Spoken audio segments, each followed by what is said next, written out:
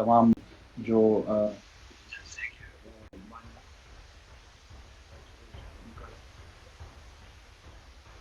یہ آپ کا سوال ایک بہت ہی اہم سوال ہے. میں اتفاق سے تقریباً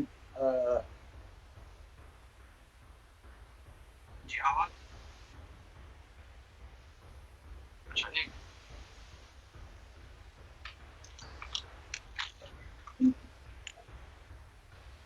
نہیں تھوڑی ہلکی آ رہی تھی اور رک رک کے آ رہی تھی. میرے خیال سے اب وہ ابھی بی پی لگائیں گے تو انشاءاللہ آ جائے گی. جی اگر یہ تو اب آواز بہتر ہے. ہاں جی بہتر ہے جی اب بہتر ہے. بہتر ہے. جی جی میں معذرت چاہتا ہوں، وہ اصل میں وہ ہیڈ فونز کی کوئی دقت تھی. تو میں بہت شکر گزار ہوں، خوش قسمت سمجھتا ہوں. آپ لوگ سب بزرگ ہیں اور زیادہ تجربہ ہے مجھ سے اور زیادہ وسیع نظر بھی ہے ان چیزوں پر. میں تقریباً 8-9 سال سے لکھ رہا ہوں ایک صدائے دل کے عنوان سے ایک مضمون کالم جو ہے انقلاب کے لیے. تو اور آپ کی ذرا نوازی تحسین صاحب کہ آپ اس پر اس کو دیکھتے تھے، پڑھتے تھے.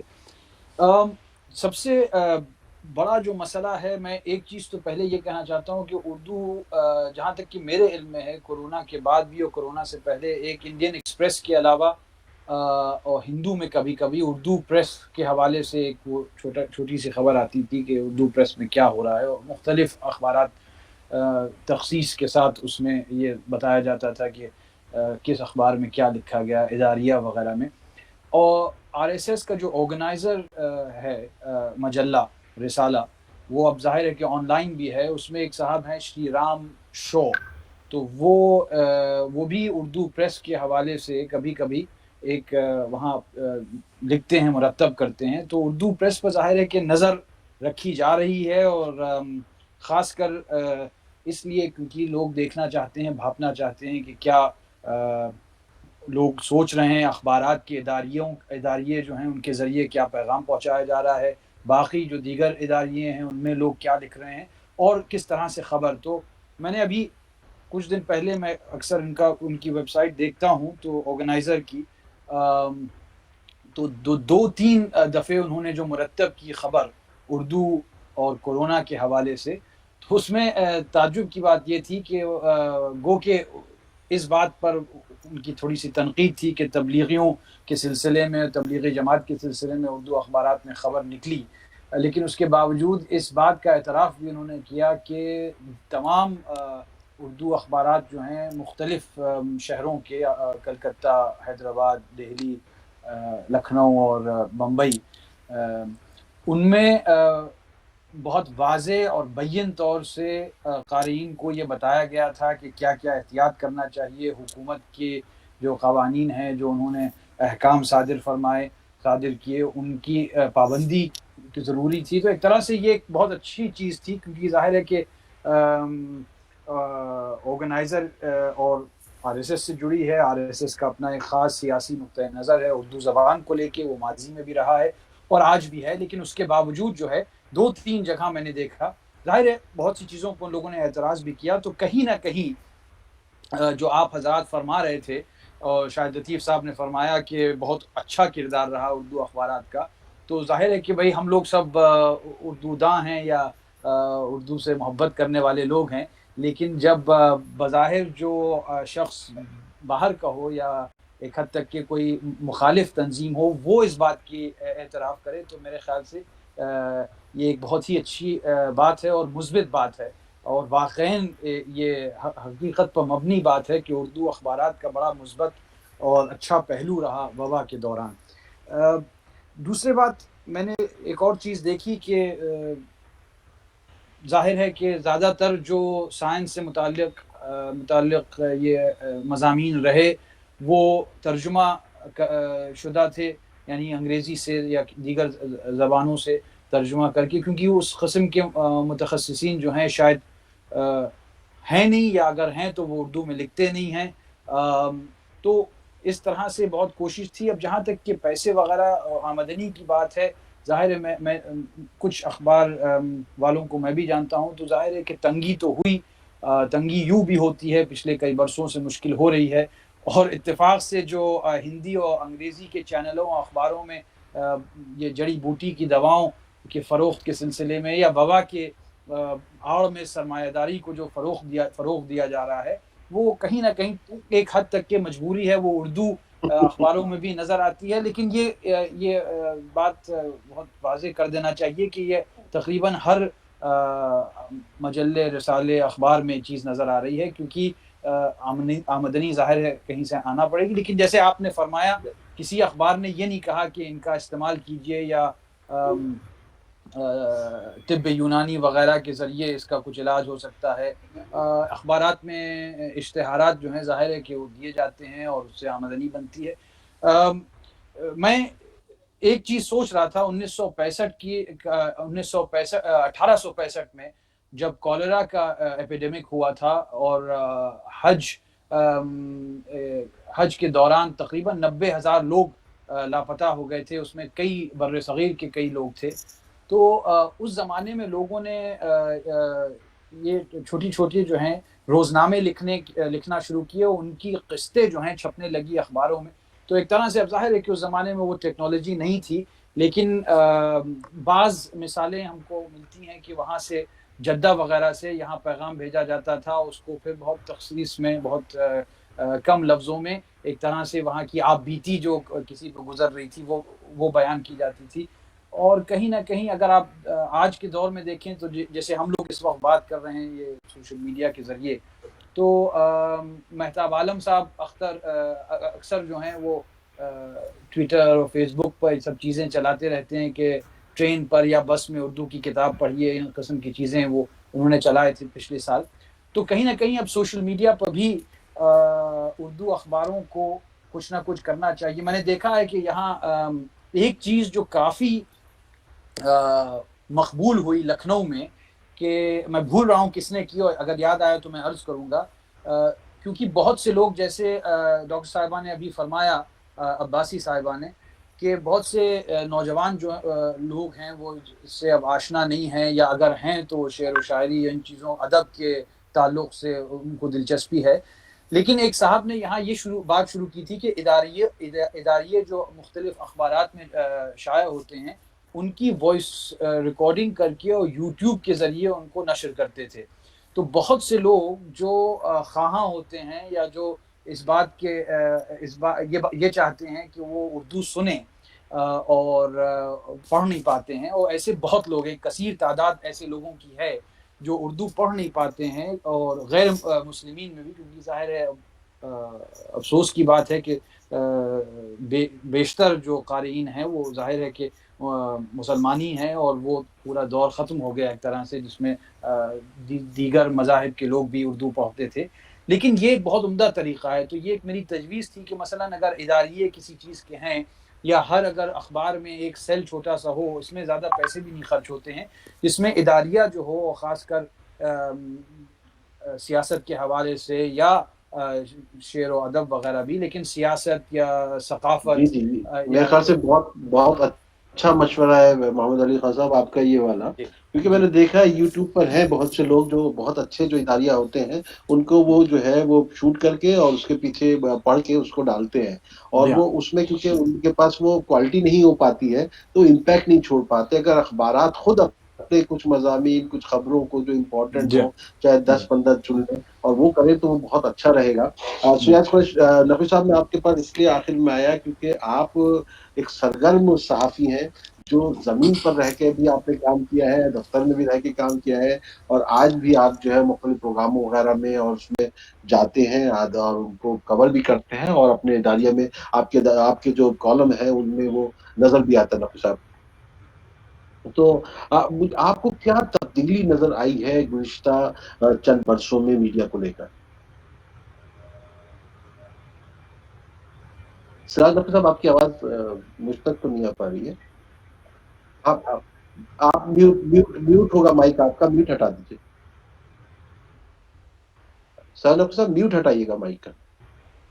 جی اب آ رہی ہے، جی ہاں، جی آ رہی ہے نا آواز؟ جی بالکل آ رہی ہے، بالکل آ رہی ہے. جی میں عرض یہ کر رہا تھا تحسین صاحب آپ نے بھی اور شیخ عقیل صاحب نے بھی اپنے جو افتتاحی کلمات تھے ان میں کچھ چیزوں کی طرف اشارہ کیا.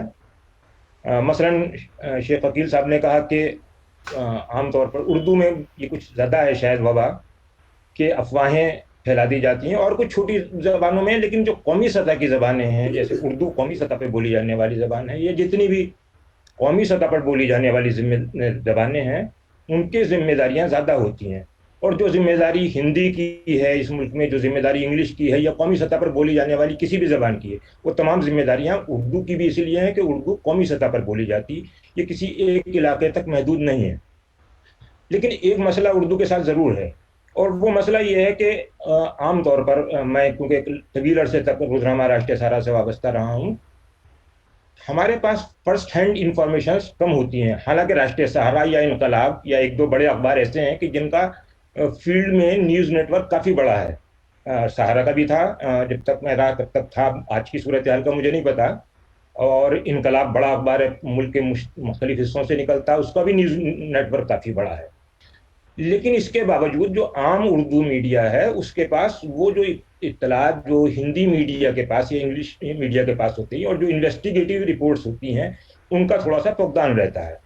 اور یہ چیز ہمارے ہاں غلط اطلاعات کو یا افواہوں کو جنم دیتی ہے. تو اس میں ایک چیز تو یہ ہے کہ اردو والوں کو جب کہیں سے ترجمہ کر رہے ہیں چیزوں کو، وہ چاہے کوئی مضمون ہے یا کوئی خبر ہے یا کوئی رپورٹ ہے، تو ایک تو جیسے شیخ عقیل صاحب نے بھی کہا کہ ایک تو سرکاری جو اس میں اطلاعات ہیں ان کو شامل ضرور کریں، اور پھر اس کے علاوہ جو چیزیں ہیں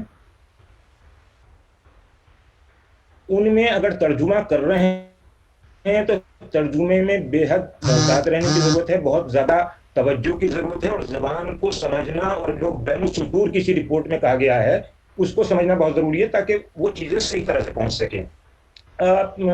اصل میں اردو کے پاس تھوڑا سا اس میں بھی کوئی شک نہیں کہ وسائل کی کمی ہے. کہوں گا ڈاکٹر مہدی حسن ہیں جو بر صغیر کے بڑے اہم صحافی بھی ہیں، صحافت کے پیش تدریس سے بھی وابستہ رہے ہیں. انہوں نے ابھی گزشتہ دنوں میں ایک بات کہی، اور یہ بڑی اہم بات ہے، کہ اس وقت رپورٹروں اور اینکروں کو نفسیاتی جنگ کے اصولوں سے واقف ہونے کی ضرورت ہے. انہیں اس بات کا ادراک ہونا ضروری ہے کہ کس موقع پر کیا بات کرنی چاہیے، اور ان کی کس بات کا لاکھوں لوگوں پر کیا اثر ہوگا جو انہیں سن اور دیکھ رہے ہیں. تو یہ جس نفسیاتی جنگ کی بات کی ہے، یہ نفسیاتی جنگ یہ ہے کہ ہم اردو والے، خاص طور پر کیونکہ اردو والوں کی بات ہو رہی ہے، ہم اپنے قاری کی نفسیات کو سامنے رکھیں، اور اس میں کہیں کہیں کچھ لوگوں کے جو واہمے ہوتے ہیں اور ضعیف الاعتقادی ہوتی ہے اس کو پنپنے کا موقع نہ دیں، بلکہ اس کو رد کرنے کی کوشش کریں.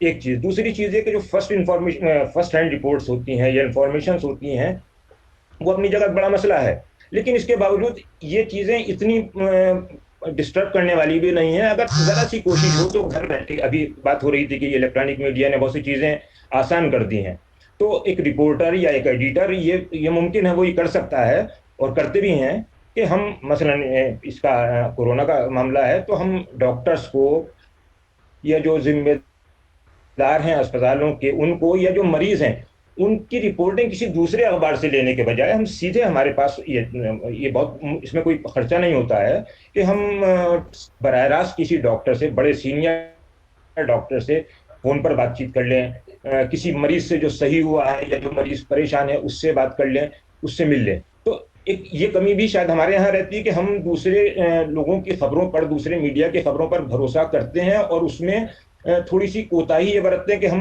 وہ ترجمے صحیح نہیں کر پاتے، یا ہم چیزوں کی اہمیت یا اس کے پس منظر میں کیا کہنے کی کوشش کی گئی ہے اس کو پوری طرح سامنے نہیں رکھ پاتے اپنے قاری کے سامنے. تو ہماری ذمہ داری یہ ہے، اردو میڈیا کی ذمہ داری یہ ہے کہ ہم جب کچھ خبر دے رہے ہیں تو اگر ترجمہ ہے تو ذمہ داری ہونی چاہیے، اور اگر ہمارے پاس مواقع ہیں اس بات کے، تو ہم جو اس پینڈیمک سے متعلق جو چیزیں ہیں اور جو لوگ ہیں جو جسے ہم کورونا واریئرز کہتے ہیں، ان سے راست بھی بات کر سکتے ہیں، اور خبروں کو افواہ بننے کا موقع نہیں دینا چاہیے. خبروں کو خبروں کے طرح سے نیوٹرل ہو کے غیر جانبدار طریقے سے پیش کرنا چاہیے، اور اس میں بہت زیادہ اپنی رائے دینے کی ضرورت نہیں ہے. اچھا دوسری چیز یہ ہے کہ اردو میں کے لوگوں کے ساتھ بھی اور تقریباً تمام زبانوں کے ساتھ تھوڑا بہت یہ مسئلہ ہوتا ہے, چند زبانوں کی بات چھوڑ دیں, کہ ضعیف الاعتقادی ہمارے یہاں بہت ہے, اور لوگ جو ہیں کچھ چیزوں کے بارے میں بہت سائنٹیفک اپروچ نہیں رکھتے. میڈیا کی ذمہ داری یہ ہے کہ اس ضعیف الاعتقادی سے بچیں, اور جو کچھ ہم دیں اس کے پیچھے ہماری ایک سائنٹیفک اپروچ ہونی چاہیے. بہت اگر اچھی بات, نہیں ہے بہت تو اس کی اچھی کوشش بات کرنی بولی چاہیے. سراج دوسری صاحب. بات یہ ہے کہ ایک یہ جو ابھی جی گزشتہ مہینے اسی میں مہینے کے شروع میں ہوں، جی, اور اسی مہینے کے شروع میں یہ تھا کہ یوم صحافت منایا گیا 3 جون کو. اس میں بڑے صحافی ہیں ہندی کے, غالباً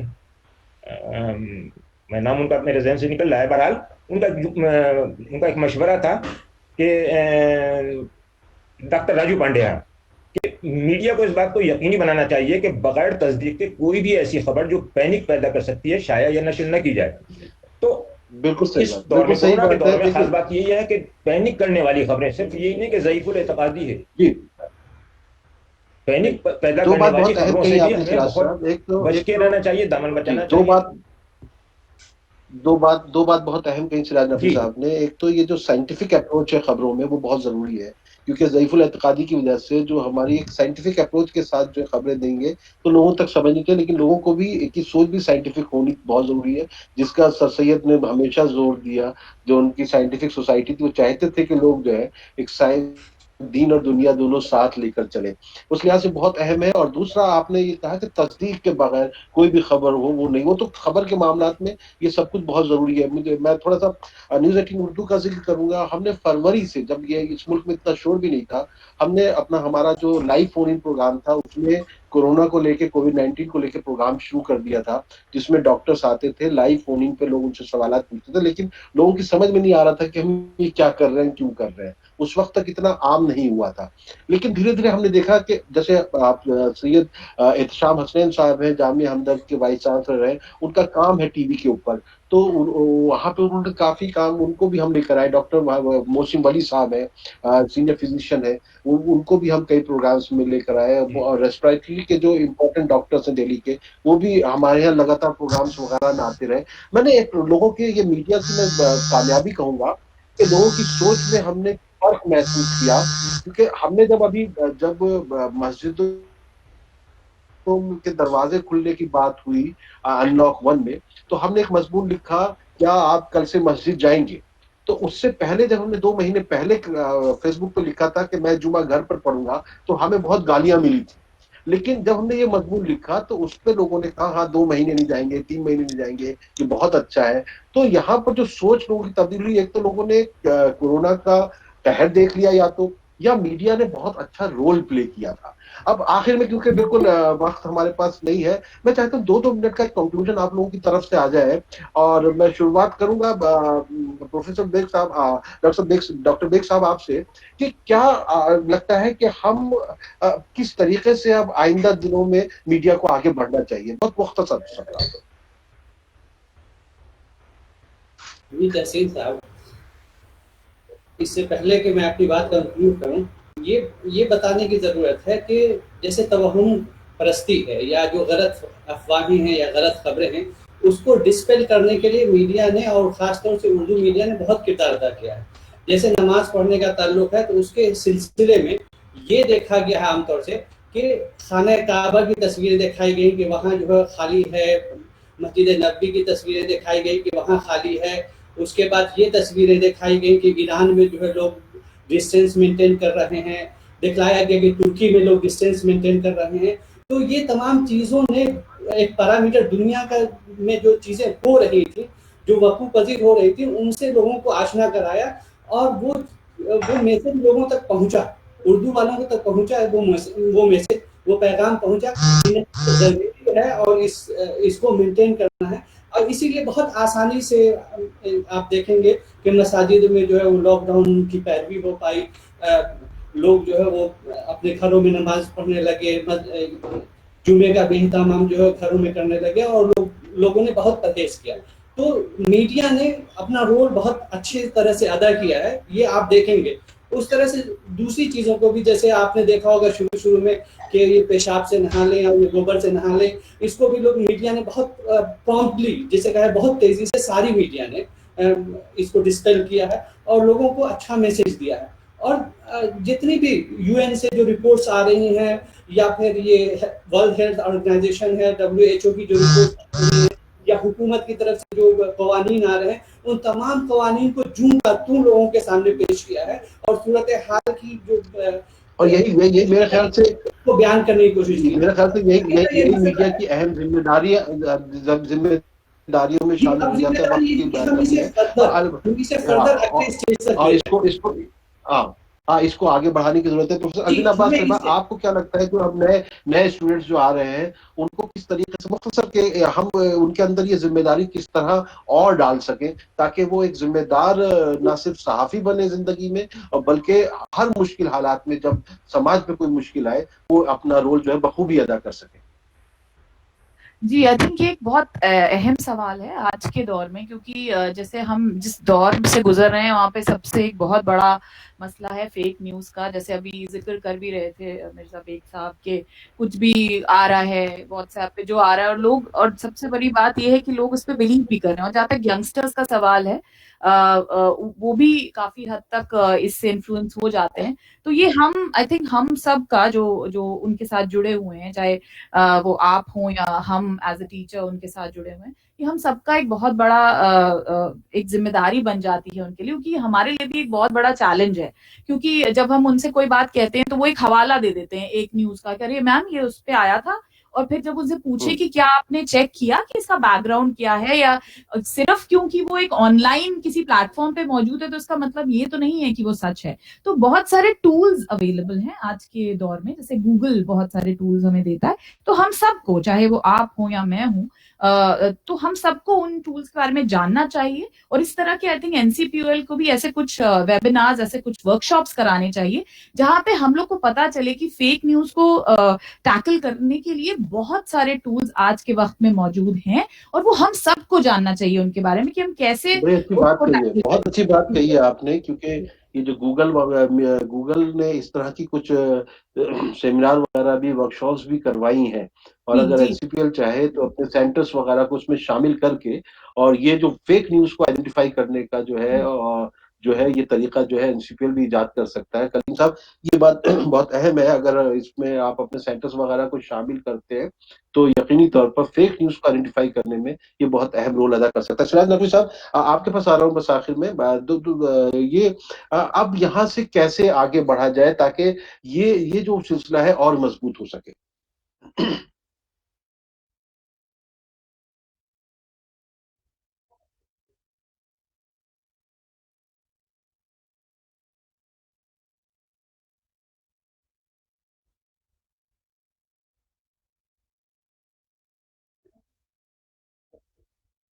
ابھی انہوں نے بولنا نہیں شروع کیا.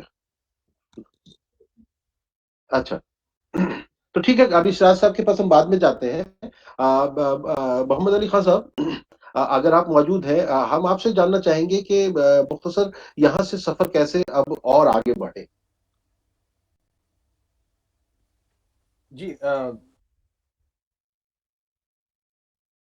میں اس کے سلسلے میں بس ایک ہی بات کہنا چاہ رہا تھا، وہ یہ ہے کہ آگے جو انگریزی میں بہت سی اصطلاح جو بہت سے لوگ استعمال کر رہے ہیں وہ یہ ہے کہ دا نیو نارمل، یعنی جو گزشتہ زندگی تھی وہ ختم ہو چکی ہے. وہ جو طرز و طریقے تھے، جو جس طرح سے ہماری معاشیت تھی وغیرہ، تو اس کے سلسلے میں بھی اب آگے، کیونکہ ابھی فی الحال حال تک کے تو کرونا وبا ان چیزوں کے سلسلے میں احتیاط وغیرہ ان چیزوں کے بارے میں لکھا بھی گیا اور رپورٹنگ بھی ہوئی. لیکن اب جو ہے دھیرے دھیرے لوگوں کے ذہنوں میں یہ بات بھی بٹھانا پڑے گی کہ اگر زندگی آگے بڑھنا ہے اور پھر سے ایک طرح سے اس نہج پہ جانا ہے تو جس طرح سے پہلے ہم لوگ تھے اب کچھ تبدیلیاں تغیرات لازمی ہیں. اور اس پر ظاہر ہے کہ ہر اخبار میں جو یا تو متخصصین سے مشورہ لیں گے اور یا اپنے ایڈیٹوریل بورڈ وغیرہ سے بھی بیٹھ کے بات کریں کہ کس طرح سے یہ پیغام جو ہے لوگوں تک کے قارئین تک کے پہنچایا جا سکتا ہے. اور کہیں نہ کہیں اخبار وہ جو میں نے پہلے عرض کیا تھا کہ سوشل میڈیا اور انٹرنیٹ کے ذریعے اپنی بعض چیزیں آن لائن لائیں تاکہ جو اور آڈیو ویژول ہو، کیونکہ ظاہر ہے بہت سے لوگ اردو کے سے محبت کرنے والے لوگ ہیں جو اردو پڑھ نہیں پاتے ہیں، اور یہ بہت بڑی ایک آڈینس ہے جس سے مستفید بھی ہو سکتے ہیں اخبارات و رسالے وغیرہ. چلیے بہت بہت شکریہ. سراج نقوی صاحب، اگر آپ کی آواز ہم تک پہنچ پائے گی تو یہی آپ سے میرا سوال ہے کہ کیسے جو عملی طور پر جو صحافی کور کر رہے ہیں کورونا کو اور ان چیزوں کو، وہ اپنا خیال رکھتے ہوئے کس طرح سے لوگوں تک جو ہے صحیح خبر پہنچا پائے. ہلو آ رہی ہے آواز کیا؟ ہلو جی ہاں جی آ رہی ہے آپ کی. تحسین صاحب سوال دوہرا دیجیے، آواز نہیں آ رہی تھی. جی میں سراج صاحب یہ معلوم کرنا چاہ رہا ہوں کہ جو ہمارے جو صحافی رپورٹرز جو میدان میں موجود ہیں وہ کس طریقے سے اپنی حفاظت کرتے ہوئے اور لوگوں تک جو ہے صحیح خبر پہنچا پائیں، آگے اس کے لیے کیا لائے عمل ہمیں ترتیب دینا ہوگا؟ دیکھیے، جہاں تک حفاظت کا معاملہ ہے تحسین صاحب، یہ معاملہ تو شاید اس میں ہم بہت زیادہ کچھ نہیں کر سکتے، اس لیے کہ پوری دنیا میں آپ دیکھتے ہیں ہر سال بے شمار صحافی وہ ان چیزوں کے شکار ہو جاتے ہیں. تھوڑا سا محتاط رہنے کی ضرورت ہے، اور ہمیں جب ہم بات کر رہے ہیں عوام میں تو اس وقت اس طرح کی گفتگو بالکل نہیں کرنی چاہیے کہ جو اشتعال پیدا کرنے والی ہو. احتیاط کی جہاں تک بات ہوئی.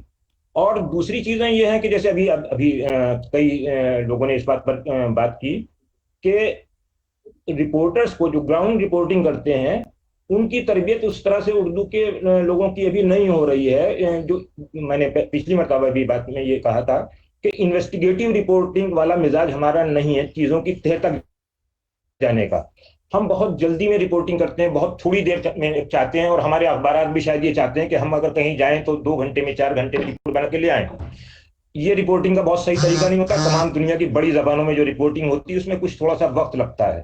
اس لیے جب ہم بات یہ کر رہے ہیں کہ بہت مستند رپورٹ ہونی چاہیے تو ہمیں اپنے رپورٹر کو اتنا وقت دینا چاہیے کہ وہ اس کی سند کی جانچ پرکھ کر سکے، وہ اس کی تصدیق کر سکے. لیکن عام طور پر ایسا نہیں ہوتا. تو ہمارے رپورٹر جو ہیں ابھی کہیں ان کی غلطیاں ہیں، خود ان کا مزاج نہیں. اور جیسے ابھی میں نے آپ سے یہ عرض کیا تھا وہ قول کہ جو نفسیاتی طریقہ کار ہوتا ہے، اس نفسیاتی طریقہ کار کو ہمارے یہاں نہیں جانتے لوگ، اور کافی لوگ، مطلب یہ سب کے ساتھ نہیں، کوئی یہ کلیہ نہیں ہے، لیکن پھر بھی ایسا ہوتا ہے کہ جو رپورٹرز ہیں وہ اس نفسیاتی طریقہ کار کو عوام کے درمیان بروئے کار نہیں لا پاتے ہیں. اس کا نتیجہ یہ ہوتا ہے کہ چیزیں بہت صحیح ڈھنگ میں، صحیح شکل میں ان تک نہیں آتی، یا وہ نہیں لے پاتے ان سے، عوام سے جس سے ہم بات کر رہے ہیں کس طرح صحیح چیزیں نکلوانی ہیں. میں سمجھتا ہوں کہ اصل میں جرنلسٹ کا رول بھی ایک وکیل کی طرح سے ہوتا ہے جو آرگومنٹ کر رہا ہے کہیں کسی مخالف پارٹی سے. اسے اس تو دوران ہم میں بہت ہی ذمہ داری کے ساتھ اپنا رول ادا کرنا ہوگا. یقینی طور پر آپ سے جو بات کہہ رہے ہیں کہ اپنی حفاظت بھی کرنی ہے اور دنیا کی بھی حفاظت حفاظت کا مسئلہ بہت بڑا ہے. حفاظت کا مسئلہ بہت بڑا ہے، لیکن اس میں ہمارا کوئی اختیار نہیں ہے. اس کے پاس وہ پی پی کٹ بھی شاید نہیں ہے، لیکن اس کو ماسک اور سوشل ڈسٹینسنگ کا بھرپور خیال رکھنا ہوگا. شاہد لطیف صاحب، کیونکہ آپ ہم سب میں سب سے زیادہ تجربے کار ہیں، محمد علی خان صاحب نے سب کچھ بزرگ کہہ دیا، میرے خیال سے الویرا صاحبہ کو اس پر اعتراض ہوگا، لیکن شاہد لطیف صاحب آپ ہم سب میں سب سے زیادہ تجربے کار ہیں. یقینی طور پر آپ جو ہے ہماری کیا رہنمائی فرمائیں گے مختصر؟ ہلو، مجھے سن سکتے ہیں آپ لوگ؟ آپ حضرات سن رہے ہیں مجھے؟ جی ہاں بالکل. تو ہمیں آواز بالکل آواز آ رہی ہے. اس سلسلے میں موقع نہیں ہے، لیکن میں موقع نکال کر سب سے پہلے تو NCPUL کا شکریہ ادا کر دوں کہ 3 مہینے کے لاک ڈاؤن میں ہماری کوئی صبح جو ہے وہ اتنی بشاشت آمیز نہیں تھی جتنی کہ ابھی ہے. ہم لوگ اسملال کا شکار تھے، صبح بڑی مطمئن ہوا کرتی تھی، تو آج کی صبح بڑی بشاشت والی ہے، اس کے لیے یہ کریڈٹ جاتا ہے NCPUL. دوسری بات یہ ہے کہ برادر محمد علی خان نے جو بات کہی، ایک اخبار کا حوالہ دیا کہ اس میں اردو میڈیا کی خدمات کا اعتراف کیا گیا. میں اسی میں ایک سطر اور جوڑنا چاہتا ہوں کہ آج ہی دیکھیے، آپ موبائل میں دیکھ رہے ہوں گے کہ وزیر اعلیٰ نے عید گھر پر منانے کا شکریہ ادا کیا، اور وزیر اعلیٰ ہمارے شیو سینا سے تعلق رکھتے ہیں، تو یہ اعتراف جو ہے وہ کئی جگہوں سے ہو رہا ہے. اس میں جو ہے وہ کچھ چیزیں نہیں آ سکی، میں بہت سرسری اس کا تذکرہ کر دوں کہ آپس میں جو مختلف فرقوں کا اشتراک رہا، جو ہم آہنگی رہی، اس کو بھی جو ہے وہ اردو میڈیا نے خاص طور پر ہائی لائٹ کیا ہے اس دوران، اور اس کو کہیں نہ کہیں مینشن کیا جانا چاہیے. مثال کے طور پہ ایک مزدور نے دوسرے مزدور کی، جو مہاجر مزدوروں کا معاملہ چلا، تو اس میں جس طرح سے ایک دوسرے کی مدد کی، یعقوب اور امرت کی سٹوری جو ہے وہ سارے اخبارات میں چھپی، اس کو اردو میڈیا نے خاص طور پر ہائی لائٹ کیا. اسی طرح سے سونو سود نے مہاجر مزدوروں کو فلائٹ کے ذریعے یا دیگر ذرائع سے اپنے گھروں تک پہنچانے کی جو کوشش کی، اس کو بھی ہائی لائٹ کیا گیا. یہ سب بہت ہی نگیٹو ماحول میں بہت پازیٹیو سٹوریز تھی جو اردو میڈیا میں آئی. ظاہر سی بات ہے، جب میں یہ کہہ رہا ہوں کہ اردو میڈیا میں آئی تو اس کا مطلب یہ کہ دیگر میڈیاز میں نہیں آئی، ایسا نہیں ہے. اردو میڈیا نے اس کو کور کیا، جس کے تعلق سے عام طور پہ اشکال رہتا ہے کہ اردو میڈیا پیچھے رہ جاتا ہے، چیزوں کو نہیں لیتا، دوسرے تیسرے دن لیتا ہے، فرسٹ ہینڈ انفارمیشن نہیں ہوتی، وغیرہ وغیرہ. تو یہ 2-3 چیزیں آئی ہیں جس کی اہمیت کو نظر انداز نہیں کیا جا سکتا. ایک بات اور بھی ہے کہ خوف کم کرنے کے لیے، کورونا کا خوف بہت زیادہ تھا اور یہ سلسلہ فروری سے شروع ہو گیا تھا، تو دھیرے دھیرے ایک طرح کا فیئر بلٹ اپ ہوا، اور اس فیئر کی وجہ سے آج بھی یہ عالم ہے. یعنی لاک ڈاؤن بہت ساری جگہوں پہ ختم ہو گیا، اس کے باوجود جہاں دکانیں کھلی ہیں وہاں پر گاہک نہیں ہے. اس کی صرف ایک ہی وجہ ہے، وہ یہ ہے کہ خوف لوگوں میں سما گیا ہے. اب اس خوف کو احتیاط کے ساتھ، یعنی احتیاط کو لازم رکھتے ہوئے خوف کو کس طرح دور کیا جا سکے، یہ ہمارا پرائمری ٹارگٹ اب ہونا چاہیے. اور اس کے لیے میں سمجھتا ہوں کہ اگر ہم پازیٹیو خبروں کو، مثبت خبروں کو زیادہ اہتمام کے ساتھ میں پیش کریں، اور جو منفی خبریں ہیں انہیں دیں ضرور، لیکن یہ کہ ان کو دوسرے درجے میں رکھیں، تو میں سمجھتا ہوں کہ ہم سماج کی بہت بڑی خدمت انجام دے سکیں گے. اس سلسلے میں مثال پیش کرنا چاہوں گا. ایک منٹ سے ایک مثال پیش کرنا چاہوں گا کہ دیکھیے، آج ہمارے ہاں ہندوستان میں مجموعی متاثرین کی تعداد جو ہے وہ 5,49,000 ہے. 5,49,000. اس میں اموات کا فگر جو ہے وہ 1,648 ہے. 1,648. اب اس کا فیصد دیکھیے تو فیصد بنتا ہے 3%، یعنی اموات صرف 3% ہے، اور صحت یاب ہونے والوں کی تعداد 58% ہے، یعنی 3,21,774. تو کورونا، اور کچھ ریاستوں میں 78% بھی ہے، کچھ میں 90% تک تو بھی ہے. کورونا ہیبتناک ہے، خوف میں مبتلا کرتا ہے اور ہلاک کر دیتا ہے. یہ مائنڈ سیٹ اگر کہیں پر بن رہا ہے تو ہم ان چیزوں کو ہائی لائٹ کر کے اس مائنڈ سیٹ کو ختم کرنے میں یا کم کرنے میں بہت ہی معاون ہو سکتے ہیں اپنے قارئین کے. کہ صاحب دیکھیے، ہلاکتوں کا فیصد کیا ہے اور صحت یاب ہونے والوں کا فیصد کتنا بڑا ہے، کہاں 3 اور کہاں. بہت اچھی بات کہی آپ نے شاہد لطیف صاحب کے ڈرنا، کورونا سے ڈرنا بھی نہیں ہے، تحسین صاحب ڈرنا بھی نہیں، دہشت. تحسین صاحب بہت ادب کے ساتھ میں یہ ضرور کہوں گا کہ جہاں تک کہ ان اعداد و شمار کی بات ہے، ان پر بالکل اعتماد یا بھروسہ نہیں کیا جا سکتا ہے، کیونکہ یو پی میں تو اب نمبر ہی نہیں ریلیز ہو رہے ہیں. تو یعنی ایک یوں بھی مصنوعی ایک چیز نہیں پیدا کرنا ہے لوگوں میں، جس میں وہ، کیونکہ ظاہر ہے کہ صورتحال اصل میں کیا ہے اس سے اصل میں کوئی واقف نہیں ہے. لوگوں کو احتیاط رکھنی ہے. بالکل صحیح بات کہہ رہے ہیں.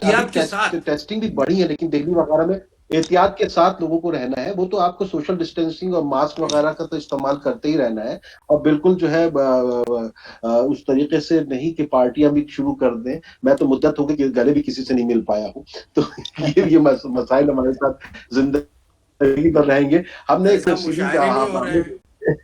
مشاعرے تو ہم نے آن لائن شروع کر دیا ہے. ہمارے تو آن لائن مشاعرہ چلتا ہے، اتوار کو 10:56 پہ رات کو آپ دیکھ سکتے ہیں. لیکن ہم نے ایک اور سیریز کی، ہم نے ایک پرینک کال کا سلسلہ شروع کیا بھائی چومن کا، جس نے مختار عباس نقوی صاحب سے بھی بات کی، شاہنواز حسین سے بھی بات کی، ڈی سی پی سے بھی بات کی، ڈاکٹر سے بھی بات کی، لوگوں سے بھی بات کی ہے. اور وہ ہر علاقے کے لہجے میں بات کرتا ہے.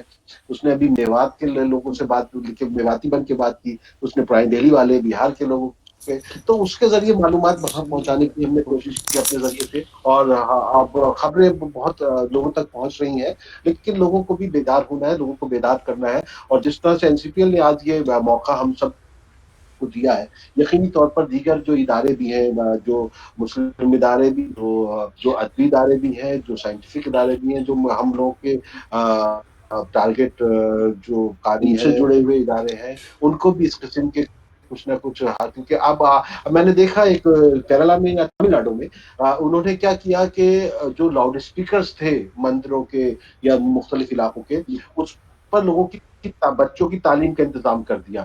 انہوں نے کہا کہ جن بچوں کے پاس اسمارٹ فون نہیں ہے، انہوں نے ایک گھنٹے ان لاؤڈ اسپیکرز کے ذریعے لاؤڈ اسپیکر کا ایسا انتظام کیا کہ وہ بچے جو کہ جھوپڑی والے جن کے پاس اسمارٹ فون نہیں ہے، ان لاؤڈ اسپیکر کے ذریعے پڑھ سکیں. کیونکہ ہم کو یہ تعلیم کا بھی دھیان رکھنا ہے، اس میں صرف موبائل صرف علاج کی بات نہیں ہے، کس طرح زندگی پھر پٹری پر آ سکے اس پر ہمیں جو ہے غور کرنا ہے، اس کے بارے میں سوچنا ہے. بچوں کی تعلیم متاثر نہ ہو، بچوں کا سال خراب نہ ہو، اور جو ہماری اکنامک ایکٹیویٹیز ہیں وہ بھی کسی طرح جاری اور ساری رہے تاکہ لوگوں کا گھر بھی چلتا رہے. تو جلدی، جیسا کہ محمد علی خان صاحب نے کہا، نیو نارمل، وہ نیو نارمل ہم جس طرح ایکسیپٹ کرنے اتنی جلدی ہم آگے بڑھیں گے، لیکن احتیاط برتنی ہے. اگر شیخ عقیل صاحب یہاں پر ہمارے درمیان موجود ہیں تو میں چاہوں گا کہ وہ جو ہے ہمارے جو جتنے بھی آج اس میں مباحثے میں جن لوگوں نے شرکت کی ہے ان کا ان سے دو آخری کلمات آپ ادا کر سکیں. اور ہم امید کرتے ہیں کہ اس طرح کی ملاقاتوں کا سلسلہ وہ جاری رکھیں گے، اور پھر جو ہے ہم کسی دن اس طرح ملیں گے اور پھر دیکھیں گے کہ ہم اس بات چیت کے بعد کہاں پہنچے. شیخ عقیل صاحب. جی، میں بہت بہت شکریہ آپ تمام حاضرین کا، اور بہت اچھی باتیں ہوئیں، اور مختصر میں ہم یہی کہہ سکتے ہیں